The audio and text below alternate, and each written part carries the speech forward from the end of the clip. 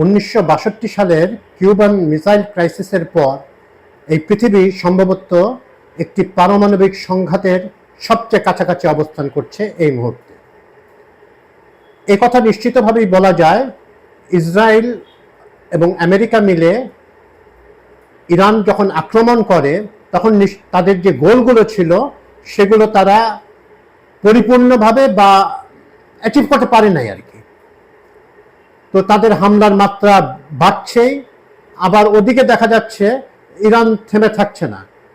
হয়তো আমেরিকা, বা এটা বলা যেতে পারে যে আমেরিকা এবং ইসরায়েল মিলে, ডোনাল্ড ট্রাম্প এবং বেঞ্জামিন নেতানিয়াহু, তাদের ধারণা ছিল যে তারা অত্যন্ত স্বল্প সময়ের ভিতরে ইরানের যে বর্তমান যে ক্ষমতাসীনরা আছেন, যে রেজিম চেঞ্জের কথা বলা হচ্ছে, তাদেরকে পরিবর্তন করবেন।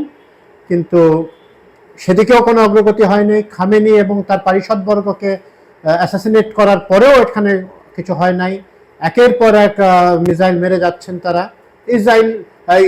ইসরায়েল তো লেবাননেও তারা আক্রমণ করেছে, সেখানেও কিছু প্রতিরোধের সম্মুখীন হচ্ছে, এবং ইরান দেখা যাচ্ছে আপাত দৃষ্টিতে অফুরন্ত তাদের মিসাইল সম্ভার রয়েছে, ক্লাস্টার বম্বস ইউজ করছে, এবং তারা আমেরিকান যেসব ইন্টারেস্ট আছে, আমেরিকান যেসব প্রপার্টিজ আছে, যে এস্টাবলিশমেন্টস আছে আশেপাশের গালফ দেশগুলোতে, সেগুলোতে বারংবার হামলা চালিয়ে যাচ্ছে।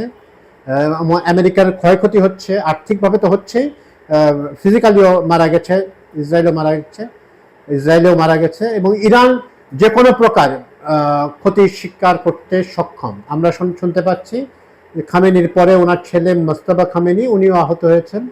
ইরান রেভলিউশনারি গার্ডের একজন শীর্ষস্থানীয় কর্মকর্তা নিহত হয়েছেন এরকম, এবং আরও লোক নিহত হচ্ছেন। আমেরিকা কিন্তু ইরানকে ঠিক দমিয়ে রাখা যাচ্ছে না, এবং আমেরিকা যেরকমটি মনে করেছিল যে রাস্তায় নেমে আসবে মানুষ, এই রেজিম বিরোধী মানুষ, তারা ভয়েই হোক বা যে কোনো কারণেই হোক, তাদের দেশ একটা বিদেশি শক্তি দ্বারা আক্রান্ত এই জন্যই হোক, তারা ওভাবে রাস্তায় নেমে আসার আমরা কোনো লক্ষণ দেখিনি।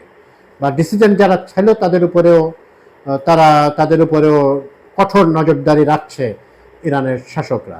মানে তারা কিছুটা ইন কন্ট্রোল এবং আছে সেন্টারে, আর যুদ্ধটা বিভিন্নভাবে ছড়িয়ে গেছে। রেভলিউশনারি গার্ডের 31টা কমান্ডের কথা আমরা শুনতে পাচ্ছি, যারা তাদের মতো করে যুদ্ধ চালাচ্ছেন, এবং তাদেরকে স্বায়ত্তশাসন বা পূর্ণ স্বাধীনতা দেওয়া হয়েছে তারা কিভাবে যুদ্ধ চালাবেন। এবং তাদের কাছে, প্রত্যেকের কাছে কার্যকারী সিজিল ব্যবহার শুরু হলো গতকাল থেকে। কার্যকারী মিসাইল রয়েছে, যেগুলো ইভেন ইসরায়েলের সীমান্ত পার হয়ে বিভিন্ন শহরগুলোতে আঘাত হানছে। তো এখানে একটা ইন্টারেস্টিং বিষয়, আমরা ভিয়েতনাম ওয়ারের পরে দেখলাম যে আমেরিকার ভেতরে প্রবল প্রতিবাদ দেখা গেছে। এটা অবশ্য গত ইয়েতেও দেখেছিলাম প্রতিবাদ, গত যে গ্রীষ্মকালীন 25-এর গ্রীষ্মে যে জুন জুলাইয়ে যে আক্রমণ করে, জুন মাসে actually, to be more specific, তখনও প্রতিবাদ হয়েছিল। কিন্তু এখন আমেরিকার, তখন স্টুডেন্টদের ভিতরে সীমাবদ্ধ ছিল। এখন আমেরিকার জো কেন্ট, যিনি আমেরিকান কাউন্টার টেরোরিজমের একজন টপ অফিসিয়াল, উনি পদত্যাগ করেছেন। বিভিন্ন যারা গুরুত্বপূর্ণ ইনফ্লুয়েন্সার, ওনারা পদত্যাগ করছেন না, ওনারা জোরালো কণ্ঠে বলছেন যে আমেরিকা একটা ভুল যুদ্ধ করছে। জো কেন্ট বলেছে যে অজুহাতে আমেরিকা আক্রমণ করেছে সেটা করছে না। এবং একটি আমেরিকার যে মিডিয়া বা যারা আমেরিকার ইন্টেলেকচুয়ালদের একটা বড় অংশ, তারা সবসময় ইসরায়েলের বিরুদ্ধে কিছু বলতে চান না। কিন্তু এখন আমরা শুনতে পাচ্ছি যে ইসরায়েলের কারণেই আমেরিকানরাই বলছে, ইসরায়েলের কারণেই আমেরিকা এই আক্রমণটি করেছে, এবং ইসরায়েলের একরকমের ইসরায়েলের এক ধরনের ব্ল্যাকমেইলের শিকার হয়ে যাচ্ছে আমেরিকা। আর পারমাণবিক যুদ্ধের আশঙ্কার কথা আসলে উড়িয়ে দেওয়া যাচ্ছে না, এটাকে হালকাভাবে নেওয়ার সুযোগ নাই। এই কারণে যে শুধুমাত্র অনেক কারণের ভিতরে একটি কারণ হচ্ছে যে ট্রাম্প এবং বেঞ্জামিন নেতানিয়াহু দুজনই খুবই ভোলাটাইল এক্সেন্ট্রিক ক্যারেক্টার। তারা এটাকে একটা ইগো ইস্যু বানিয়ে ফেলছে। তারা যখন দেখছে যে তারা ঠিকমতো পেনেট্রেট করতে পারছে না, বড় বড় নেতাদেরকে হত্যা করেও তারা আগাতে পারছে না, তারা কাঙ্ক্ষিত লক্ষ্যগুলো গোলগুলো কিছুই তারা আসলে অ্যাচিভ করতে পারে নাই, তো তখন তারা ওই অপশনটা ভেবে দেখতে পারে।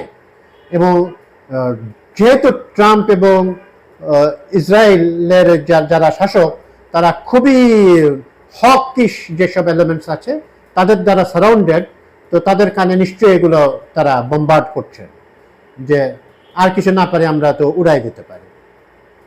এবং তারা একের পর এক ওয়েপন্স অফ মাস ডিস্ট্রাকশন ব্যবহার করছে, এবং আমরা আশঙ্কা করছি যে তারা হয়তো করছেন সিভিলিয়ান টার্গেটগুলো এখন করা হচ্ছে। যুদ্ধের প্রথম দিনেই সিভিলিয়ান টার্গেট হয়েছিল। যুদ্ধটা আসলে মোরালিও রং। ইরানের জনগণ নির্ধারণ করবে তারা কোন ধরনের শাসক চান। প্রতিবাদ প্রতিরোধ হয়েছে, হবে, বাইরের থেকে আপনি সাপোর্ট দিতে পারেন, হ্যাঁ, কিন্তু আপনারা মিসাইল মারতে থাকবেন এটা তো আসলে, এবং আপনারা এত প্রিসাইসলি খামেনিকে মারলেন, হ্যাঁ, এবং আপনারা বলছে এটা এখন দেখা যাচ্ছে যে স্কুলে শতাধিক বাচ্চা নিহত হলো, এটা ইন্টেলিজেন্স ফেলিওরের কথা শোনা যাচ্ছে। আমেরিকা সরাসরি দায়ী। এখন পর্যন্ত যা যা প্রমাণ আমাদের কাছে আছে তাতে বলা যাচ্ছে। সো যুদ্ধ এটা খুবই মোরালি রং এবং আনএথিক্যাল একটা ওয়ার চালিয়ে যাচ্ছে।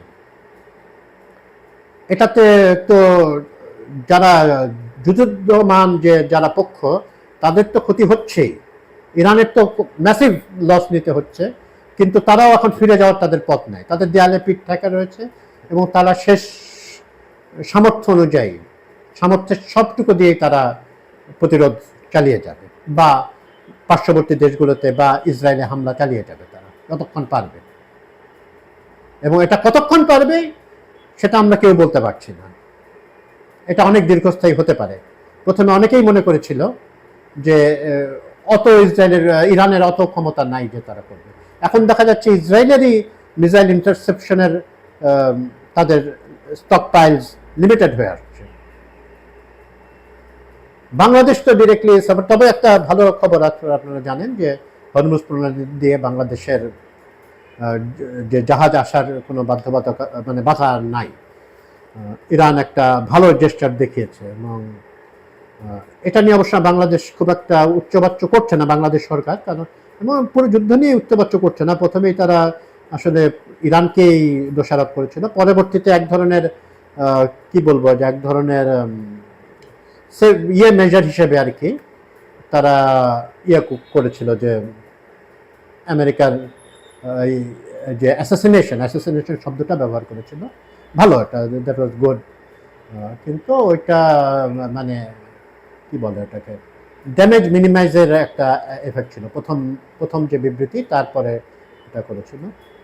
তো ব্যাপারে এখানে আরও আছে, আমাদের এখানে তো কিছু আছেন বা আশেপাশে যেসব মুসলিম দেশগুলো আছে, মুসলিম মেজরিটি দেশ রাদার আইসে, যে ওনারা শিয়া সুন্নির অ্যাঙ্গেলটা আনছেন, যে ইরান শিয়া দেশ, শিয়া মতবাদ অনুযায়ী তাদের পরিচালিত হয়, আবার যেটা সুন্নিদের সাথে অনেক বিভেদ ব্যতিক্রম আছে। কিন্তু এটা কতটা যুক্তিযুক্ত এটা আমাদের উলেমারা হয়তো ভালো বলতে পারবেন, কিন্তু আমাদের কমন দৃষ্টিতে মনে হচ্ছে যে তারা তো নিজেদেরকে মুসলিমই পরিচয় দেয়, এবং মুসলিমদের একটা উম্মা বলে একটা কথা আমরা প্রায় শুনি। তো তাদের তো এখানে তো শিয়াদের তো অমুসলিম কেউ ঘোষণা করে নাই। তো তাদের ইরানের পক্ষে, ইরানের এই শাসক গোষ্ঠীর পক্ষে না হোক, ইরানের যে লসটা হচ্ছে সেটার বিরুদ্ধে তো অন্তত প্রতিবাদ করা উচিত। তাদের পরবর্তীতে দেখা যাবে শাসক গোষ্ঠীতে নিয়ে কি করা যেতে পারে।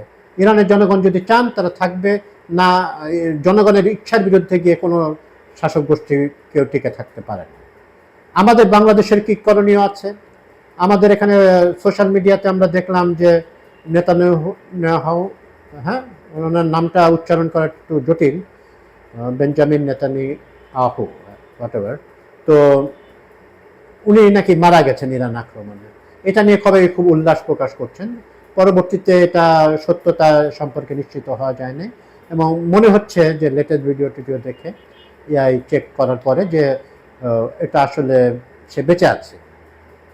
তো ওটাও আসলে ব্যাপার না, একটা ইন্ডিভিজুয়াল মারা গেলে এমন কিছু যায় আসা যায় না। হ্যাঁ, তো কিন্তু আমরা কিন্তু এবার ওরকম দেখি নাই যে ইরানের পক্ষে যে একটা তৌহিদি জনতা যারা এই মাজার টাজার প্রায় আক্রমণ করেন, মহিলারা কি পোশাক পরবেন এগুলো নিয়ে খুব কথাবার্তা, তারা বড় বড় কথাবার্তা বলেন, মারধরও করেন। তো তারা এটা নিয়ে তেমন একদম নিশ্চুপ, তারা নিশ্চুপ বলবো না, কিন্তু তারা খুব বেশি একটা কথাবার্তা বলছেন না, বিকজ তাদের কেউ কেউ বলে থাকেন যে তারা ফান্ডেড বাই সাউদিজ অ্যান্ড আদার, মানে ওই গালফ এরিয়ার অন্যান্য দেশগুলো যারা রাজতন্ত্রের, হ্যাঁ, যেসব দেশে রাজতন্ত্র আছে তাদের দ্বারা ফান্ডেড হন, এবং এই জন্যই তারা, যেহেতু তারা ইরানের বিরুদ্ধে একেবারে সরাসরি না হলেও আমরা ইতিহাস দেখে যেটা জানি যে সৌদি বিশেষ করে তারা ইরানকে আসলে একটু দূরে রাখার চেষ্টা করে। তো এই কারণে তারা এই বারবার শিয়া সুন্নির কথাবার্তা তুলছেন। শুধুমাত্র একদম সেকুলার দৃষ্টিতে দেখলেও এই আক্রমণটা বা যে ধ্বংসযজ্ঞ চালানো হচ্ছে সেটা আনএথিক্যাল বললেও কম বলা হয়। একটা আলোচনা চলছিল, হ্যাঁ, সুন্দর মতো একটা আলোচনা চলছিল, একটা ডিল হচ্ছিল, নিউক্লিয়ার ডিল। এখানে ইরান, আমেরিকা সবাই বলছিল যে এটাতে অগ্রগতি হচ্ছে। ওয়ান ফাইন মর্নিং আপনার বা ইভিনিং এর ট্রাম্পের মাথায় হলো, বা বেঞ্জামিনের কাছ থেকে মিলে তাদের দ্বৈত, তারা মনে হলো যে না, ইরান উড়াই দিই আমরা। তারা প্রস্তুতি নিশ্চয়ই নিয়ে রেখেছিল, তারা আক্রমণ করে বসলো, এবং তারা ইন্টেলিজেন্স গ্যাদার করে খামেনি সুদ্ধা এই তার পরিবারের নিরীহ সদস্য সহ মেরে দিল। কতগুলো স্কুলের এত সদরেক বাচ্চাকে তারা হত্যা করলো, হত্যাই বলতে হবে। এটা তো তারা বলে যে প্রিসিশন গাইডেড মিসাইল তাদের। তো তারা এটা কি বলছে যে নেভালিয়া ছিল, বেস ছিল, যে বহু আগে ছিল সেটা। তো এখানে কেউ মনে করবেন না যে আমি ইরানের শাসকদেরকে আমি বিশাল মহান বলছি, কিন্তু তারা তাদের সার্বভৌমত্ব রক্ষার জন্য করবে, তাদের উপর আক্রান্ত তারা, আক্রান্তের পক্ষেই একটা অবস্থান নেওয়া উচিত। এবং যদি তারা আসলে যুদ্ধেই দেখা গেছে, গত বছরের জুনের যুদ্ধেই দেখা গেছে আসলে তাদের ইউরেনিয়াম এনরিচমেন্ট প্রকল্প এমন কোনো পর্যায়ে নাই যে তারা শত শত বোম বানিয়ে ফেলতে পারবে। অত সহজ না জিনিসটা। আর নিউক্লিয়ার বোম শুধু ইসরায়েলও তো অফিসিয়ালি বলে নাই এখনো যে তাদের নিউক্লিয়ার বোম আছে, কিন্তু সবাই জানে, ইটস এন ওপেন সিক্রেট। তো আমেরিকায় বোম রাখতে পারবে, তার বন্ধুরা ন্যাটোর লোকজনই বোম রাখতে পারবে, আর সোভিয়েত ইউনিয়ন ছিল বলে রাশিয়া বোম রাখতে পারবে, আর কারো অধিকার থাকবে না। আপনি কিছু করতে পেরেছেন? ইন্ডিয়া যখন বোম করলো, পাকিস্তান যখন বোম তৈরি করলো, কত শোনা যায় যে তাইওয়ানেরও আছে। এগুলো নিয়ে আসলে ভাবতে হবে আমাদের। এই নর্থ কোরিয়ারও কথা শোনা যায়। তো দেখা যাচ্ছে তো নিউক্লিয়ারটাই, ওয়েপনটাই একমাত্র ডেটারেন্ট একটা দেশের সার্বভৌমত্ব রক্ষার ক্ষেত্রে।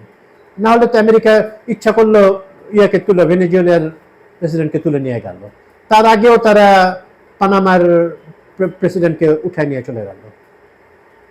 তো বিশ্বের ওয়ার্ল্ড অর্ডারে একটা কিছু তো পরিবর্তন আসতে হবে।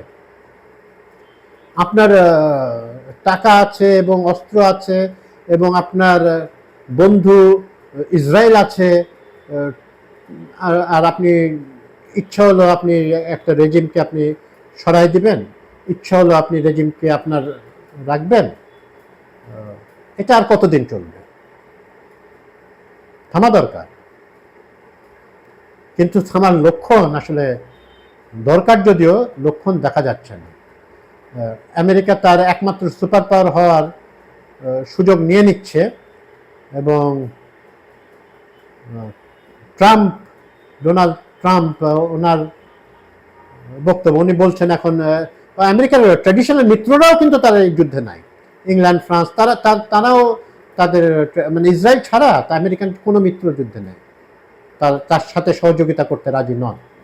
বাধ্য হয়ে সহযোগিতা করছে বিভিন্ন গালফ স্টেট, কুয়েত, সৌদি আরব, বাহরাইন, এইসব দেশগুলো যেখানে রাজতন্ত্র। তারা বলছে ইরানের রেজিম চেঞ্জ দরকার, কিন্তু একটা স্বৈরতান্ত্রিক বা রাজতান্ত্রিক একটা রেজিমগুলো আছে সেগুলো থাকুক, কারণ সেগুলো আমেরিকান ইন্টারেস্ট সার্ভ করে।